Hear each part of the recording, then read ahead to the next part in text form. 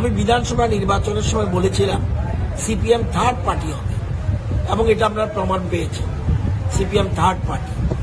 আজকে বলছি এই দুটো নির্বাচনে আপনারা দেখবেন দুইটা দলেরই খুব সম্ভব তাদের জামানত জব্দ হবে বলে আমার বিশ্বাস, এবং আগামী বিধানসভা নির্বাচনে তাদের কোনো অস্তিত্ব থাকবে বলে আমার মনে হয় না।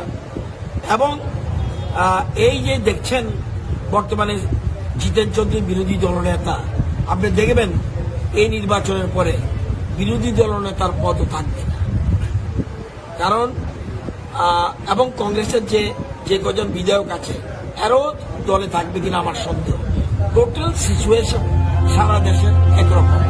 আজকে তীব্রামতা বিজেপি আইপিএফটি মিলে এই রাজ্যে সার্বিক উন্নতির জন্য যে চেষ্টা, আজকে তীব্রামতা একটা রিজনাল পার্টি, স্ট্রং পার্টি, তারা বুঝেছে জনজাতিকে উন্নয়ন করতে হলে সেন্ট্রাল গভর্নমেন্ট যে এগ্রিমেন্ট করেছে এই এগ্রিমেন্টের জন্যই তারা সবাই মিলে সিদ্ধান্ত নিয়েছে যে কেন্দ্রে মোদী সরকার খুব জরুরি।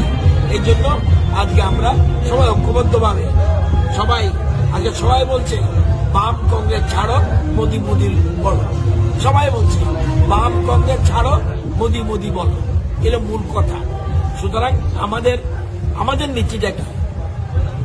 বিজেপি তীব্রামতা আইপিএফটির নীতি হলো বিজেপি তীব্রামতা আইপিএফটি নাই রাজ্যনি তীব্রাসা বাই ওয়ানসারাব্র থানচা, আর সিপিএম কংগ্রেস নাই বিজেপি ওয়ানসা বাই তীব্রাসা সাকেট নানি। তারা চায় বিভাজন, আমরা চাই জোর থানচা, আমরা একতা চাই। আর সিপিএম কংগ্রেস চায় তাদের মধ্যে ডিভিশন। এটা অতীত দেখেছি, আপনারা জানেন। আপনারা অনেকে যারা আজকে ক্যামেরা ধরেছেন ওই সময় জন্ম হয়েছে কিনা জানি না, ৮০ জনের দাঙ্গা কারা করেছে এটা রাজ্যবাসী জানে। সুতরাং এই ডিভিশন কেউ চায় না। তো আমরা আজকে আগামী দিন ত্রিপুরা সারা দেশের মধ্যে এক ত্রিপুরা, শ্রেষ্ঠ ত্রিপুরা হবে, এটা আমার বিশ্বাস। এবং এই যে লোকসভা নির্বাচন হচ্ছে আমাদের দুই কেন্দ্র থেকে তো যাবেই, সাথে এবার ৪০০ পার যে স্লোগান এটা বাস্তবায়িত হচ্ছে। ওরা বলছে যে ইন্ডিয়া জুট হওয়াতে তারা আরো বেশি শক্তিশালী হয়েছে, এবং এটা তো আর সময়ের অপেক্ষা। 19 তারিখ আর 26 তারিখ দুটো ভোট দেখুন, তারপর 4 তারিখ খবর নেবেন কি হয়েছে। ওরা ভালো করে জানে।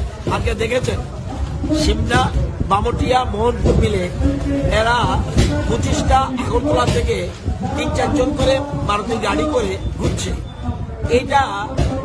এই জিনিস আমরা জানতাম। এই যে বলছে ডুবন্ত জাহাজ, কিচ্ছু নেই, জনসংযোগ কিচ্ছু নেই। আজকে চন্তাই দেববর্মা যদি থাকতো, আজকে চন্তাই দেববর্মা এই এলাকার কমিউনিস্ট পার্টির একটা বিরাট নেত্রী, এবং ওনার আত্মীয় এখানে রয়েছে। আপনি জানেন এর জন্য চন্তাই দেববর্মা সিপিএম করেনি, কমিউনিস্ট পার্টি করেছে সত্যিকারের ডেভেলপমেন্টের জন্য। ওরা জীবনের শেষ প্রান্তে এসে খুব দুঃখ পেয়েছে যে বিশেষ করে সিপিএম এর বর্তমানে কোনো নীতি নেই, কংগ্রেসের কোনো নীতি নেই।